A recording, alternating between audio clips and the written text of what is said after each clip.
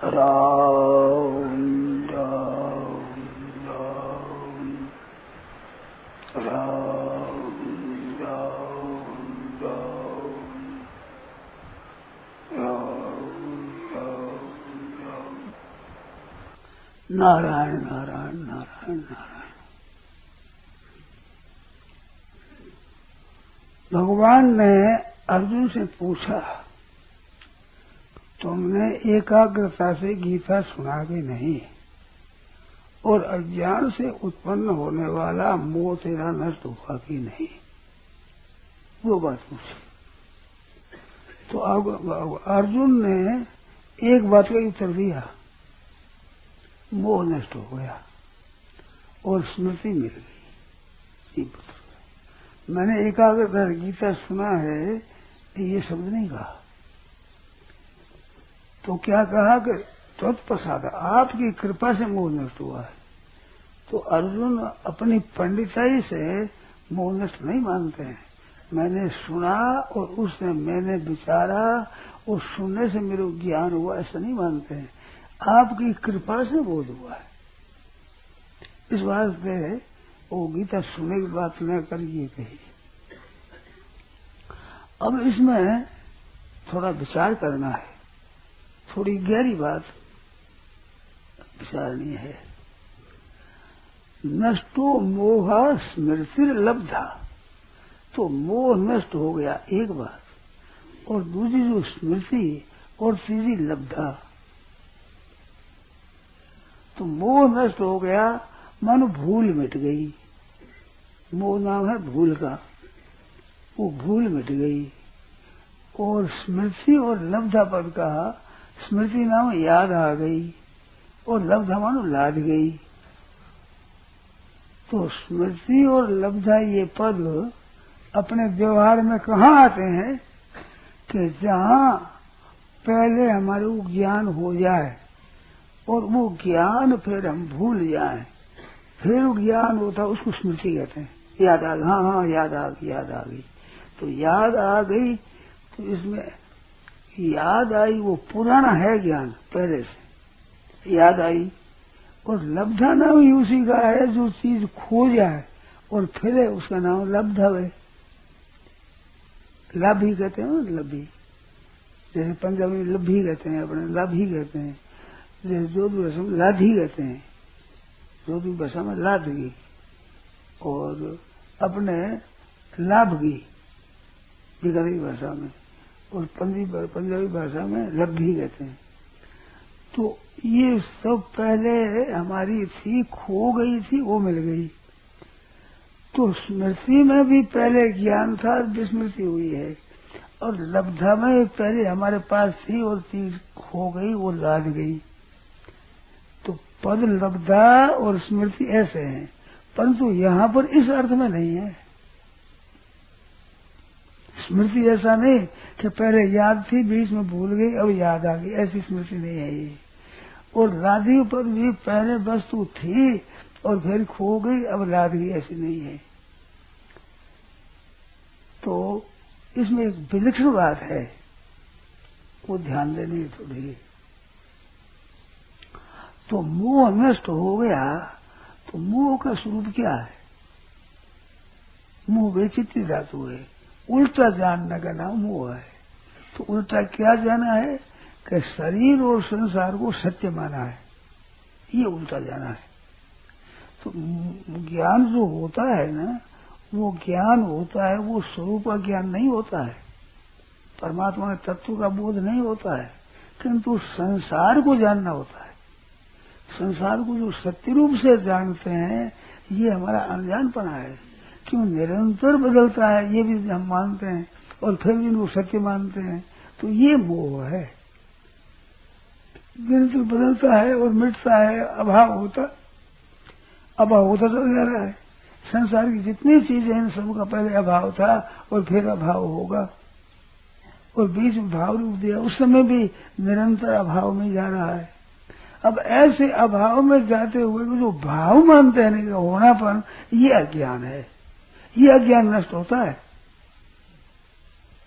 नष्टो मोह स्मृति लब्धा, तो स्मृति ये मिलती है ज्ञान हो गया, मोह नष्ट हो गया, स्मृति याद आ गई, मिल गई। तो क्या मिल गई कि ये संसार नाशवान है, क्षणभंगुर है, ये ज्ञान होता है। परमात्मा का ज्ञान होता नहीं है। परमात्मा ज्ञान तो है, पहले भी था, अब भी है, अगर भी रहेगा। ये अनित्य नहीं है। तो अनित्य को जो नित्य मानते हैं ये अज्ञान है।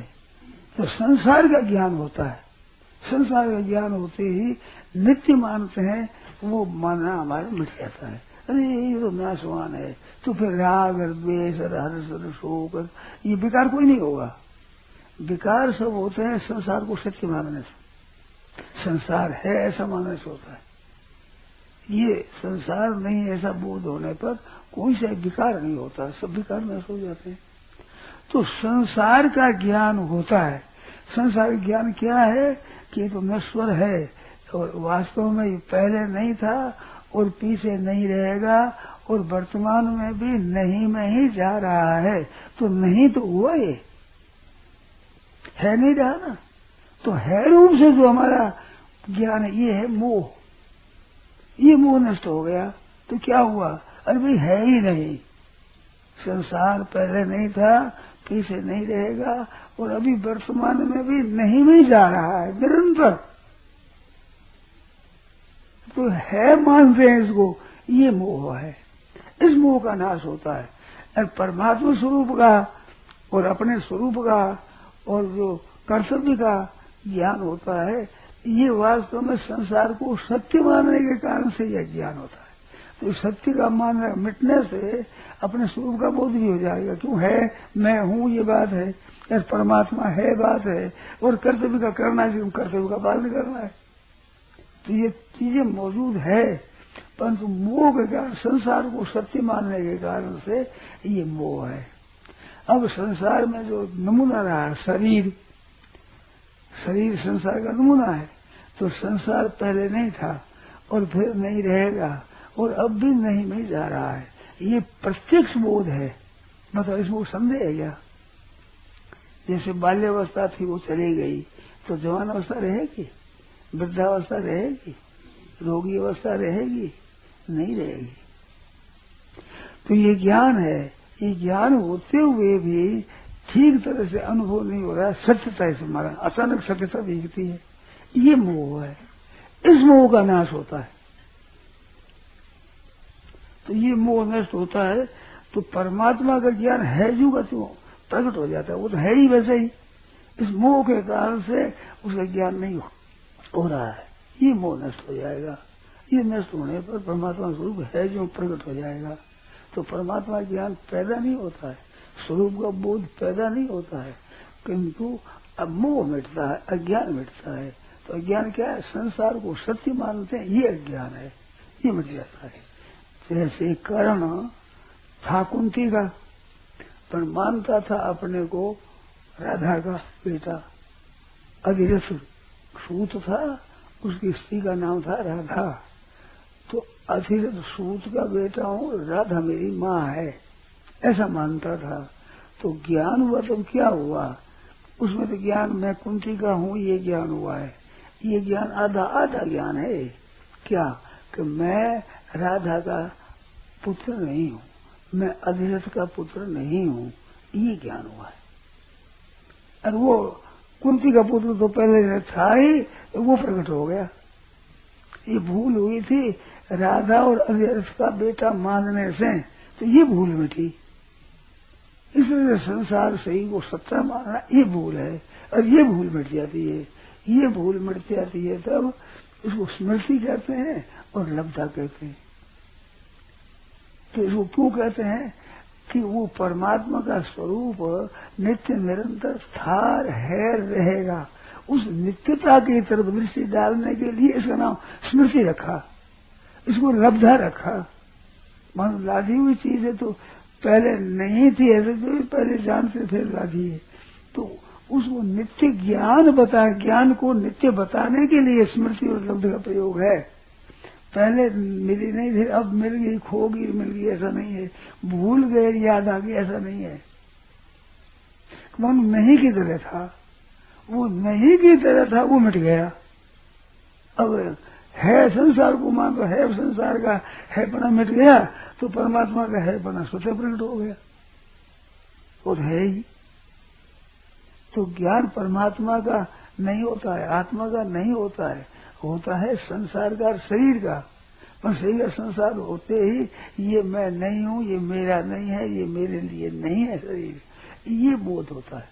ये बोध होते ही अज्ञान मिट गया, बस अज्ञान से ये बात होती है। ये मिटते ही अपना स्वरूप है उसको बोध हो जाता है, स्वतः ही स्वाभाविक, क्यों वो तो है ही। ये बात है। तो नष्टो मोह स्मृति लब्धा, लब्धा भी पुरानी चीज है, स्मृति भी पुरानी चीज है। तो पुरानी कहने का मतलब नित्य है। इस बात पे शंकराचार्य ने लिखा है कि नित्योपलब्धि स्वरूप ओम आत्मा, मैं नित्य उपलब्धि स्वरूप आत्मा हूँ। तो नित्य उपलब्धि का अर्थ क्या, पहले भी उपलब्ध था, अब भी उपलब्ध है, अगर ही उपलब्ध रहेगा, इसका तो उपलब्धि रहेगी, तो ये उपलब्धि स्वरूप ही है। परंतु इसमें संसार शरीर को ठीक मानने से मैं स्वरूप हूँ, उपलब्ध नित्य उपलब्धि हूँ, ये भूल गए थे। अब शरीर नाशवान मानने से, इनका ठीक ज्ञान हो जाने से मैं नित्य उपलब्धि स्वरूप हूँ, ये बात है। अब इसमें कोई बात पूछो, आपके नहीं समझ में आई, वो पूछो। ये बात थोड़ी सी गहरी है, सीधी सीधी बात है एकदम ही। संसार को और शरीर को सत्य मानते, ये है ज्ञान, ये मिट गया। और नित्य स्वरूप परमात्मा को उसका बोध आप साहब रह गया। जैसे राधा का बेटा नहीं हूँ तो कुंती का बेटा रह ही गया भाई, परंतु उसको कुंती का बेटा ये मानना पड़ता है, ऐसा नहीं है। तो इसके समान कोई उदाहरण मिलता नहीं। नष्टो मोह स्मृति लब्धात प्रसादात, ऐसा कोई उदाहरण मिलता नहीं। इस बात से कुंती का कर्ण का उदाहरण दिया हमने। मेरी बात का ख्याल आ गया ना आपके। नित्योपलब्धि स्वरूप ओम आत्मा, तो नित्य उपलब्ध है, नित्य ही ज्ञान है, ये ज्ञान अनित्य नहीं है। नित्य होते हुए भी अनित्य संसार को नित्य मानने से इसको भूल गए। तो भूल यहाँ हुई है संसार के मानने में, ये भूल मिट जाती है। ये मिट जाती तो है जो रह जाता है, है जो तो रह जाएगा। ये बात है जी। नया आज तो नहीं हुआ महाराज, पहले तो कहते जो खो गई जो मिल गई, आज तो आपने कहा नहीं खोई नहीं है, भूल ये अनादि है, ये अब उससे मेल हो गया। हाँ, तो अनादि मिट गई ना, इसमें खोई हुई मिल गई है ऐसा हुआ, और स्मृति हो गई, विस्मृति स्मृति हो गई। तो वास्तव में उपलब्धि जिस परमात्मा तत्व की हुई वो अनुपलब्धि थी नहीं, ऐसे वो स्मृति हुई तो विस्मृति उसकी थी नहीं। किंतु संसार को सत्य मानने से उधर दृष्टि नहीं हमारी जाती। संसार को सत्य मान लेना, जो विनाशी है उसको अविनाशी मान लेते हैं। नित्य मेरा धन है, मेरा शरीर है, मेरा कुटुंब है, ये है ऐसा मान लिया। ये है मानने से वो ज्ञान लुप्त हो गया। तो वो ज्ञान है ज्यों का त्यों हो जाने का नाम स्मृति उपलब्ध है। ऐसा ख्याल में इसमें कोई शंका नहीं तो बोलो।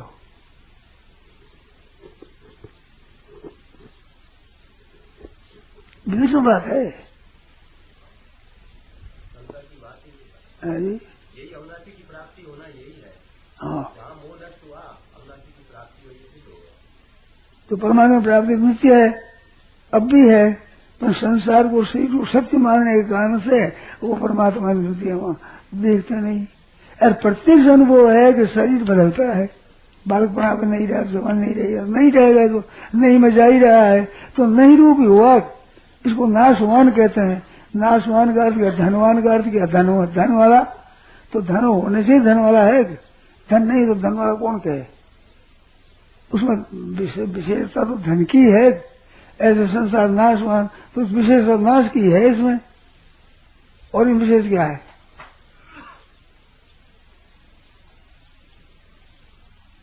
नाशवान है, जैसे धनवान होता है यही हुआ महाराज, क्या है। संसार नाश लब्धवा का अर्थ यही हुआ कि संसार नाशवान ये हुआ क्या महाराज। हाँ, अब ये होने से क्या कि अविनाशी परमात्मा रह गया पीछे। ये अविनाशी इसको मानते हैं तो इसको नहीं मानते हैं, ये मिट जाता है। इसको नाशवान मानते से ये नित्य है, ये मिट जाती है बात, ये मिट जाती है। परमात्मा स्वरूप है यूं रह जाता है। इस बार स्मृति का लब्धा सूत्र कहा। पर जैसे लोगों में जैसे भूल गई याद आ गई ऐसी नहीं है, वह खो गई चीज लाद गई ऐसी नहीं है, ये विलक्षण है। नित्य प्राप्ति और विस्मृति स्मृति होते हुए संसार को सत्य मानने से ये छिप गए थे, अब संसार का ज्ञान हो गया तो ये प्रकट हो गया है जी, ये बात है। संसार का ज्ञान होने से ज्ञान परमात्मा का नहीं संसार का होगा, संसार का हुआ, परमात्मा तो है ही, वो तो है ही। अरे अपना स्वरूप बोलो तो मैं हूं ही, अपने में संदेह तो रही है, अपने होने में संदेह नहीं है, तो संदेह नहीं तो ज्ञान है ही, मैं तो हूं ही, सत्ता ज्ञान है ही। पर शरीर को सच्चा मानने से मैं सत्य रूप हूं ये अबोध नहीं होता है।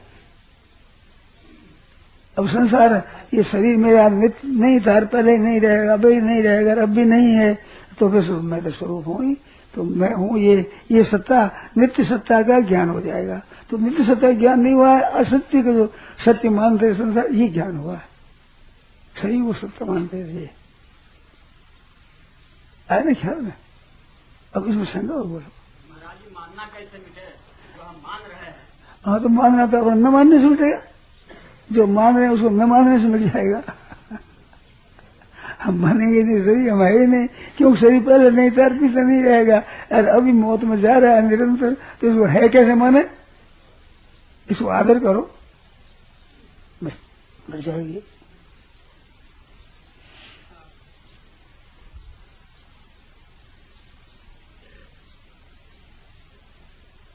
तो ये ज्ञान वास्तव में देखो, संसार को तो माना है और परमात्मा को नहीं माना है।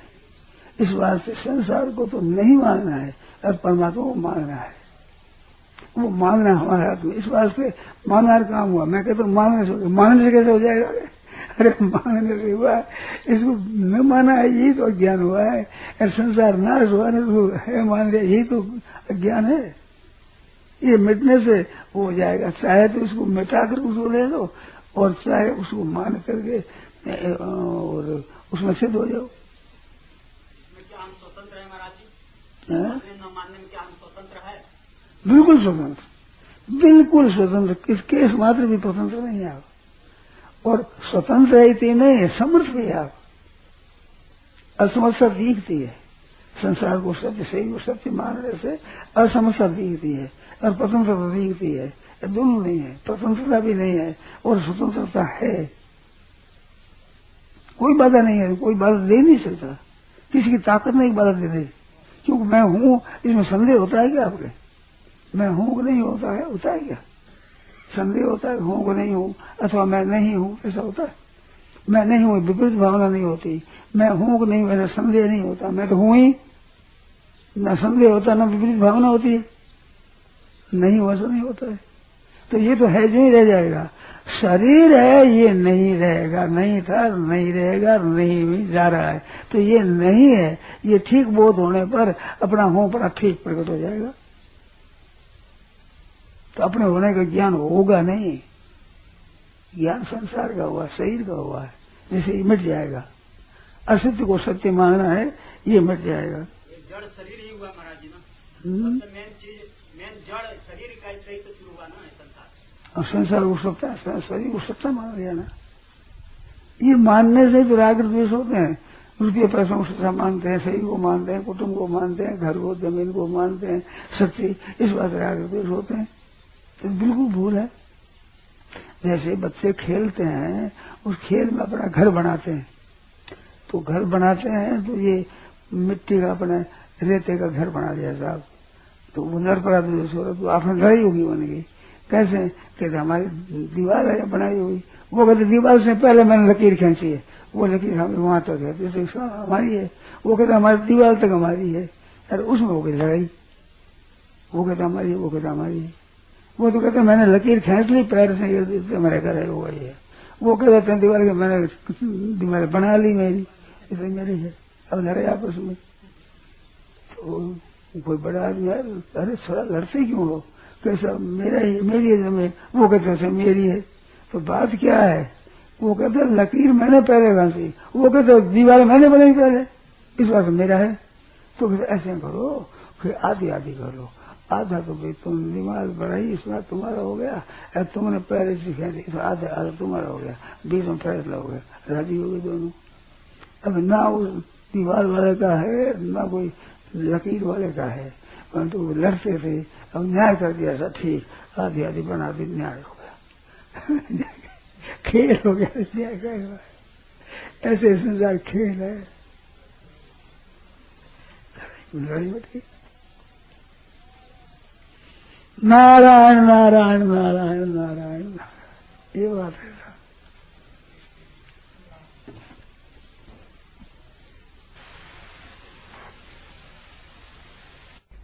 राम। यह प्रवचन परम सत्य स्वामी जी श्री राम सुखदास जी महाराज द्वारा दिनांक 18 सितंबर 1990 को प्रातः करीब 5 बजे नित्य स्तुति के बाद पीनासर द्वारा पर हुआ। राम।